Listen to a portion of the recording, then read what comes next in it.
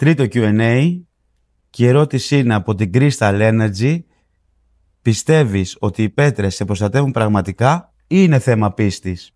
Η αλήθεια είναι, η προσωπική μου άποψη, πως από μόνες τους δεν κάνουν τίποτα. Δεν είναι μαγικές πέτρες, έχουν τη δική τους ενέργεια, αλλά χρειάζεται και εμείς να συμμετέχουμε σε όλη αυτή τη διαδικασία. Να βάζουμε πρόθεση και πίστη στην καθημερινότητά μας. Οι κρίσταλοι για μένα λειτουργούν σαν υπερθύμηση και σαν εργαλείο για να ενισχύουμε την εσωτερική μας δύναμη. Οπότε, ναι, μπορούν να μας βοηθήσουν και να μας προστατεύσουν, αλλά και εμείς να συνεργαζόμαστε με την ενέργειά τους. Από μόνοι τους δεν κάνουν τίποτα. Είναι σαν το άλλο που άκουσα τις προάλλες και λέει «Α, Γιώργη, λέει, βοήθαμε». Ναι, μα ακού να λέει και εσύ τα χέρια σου. Αυτά από μένα. Μου αρέσει πάρα πολύ αυτό με τα Q&A.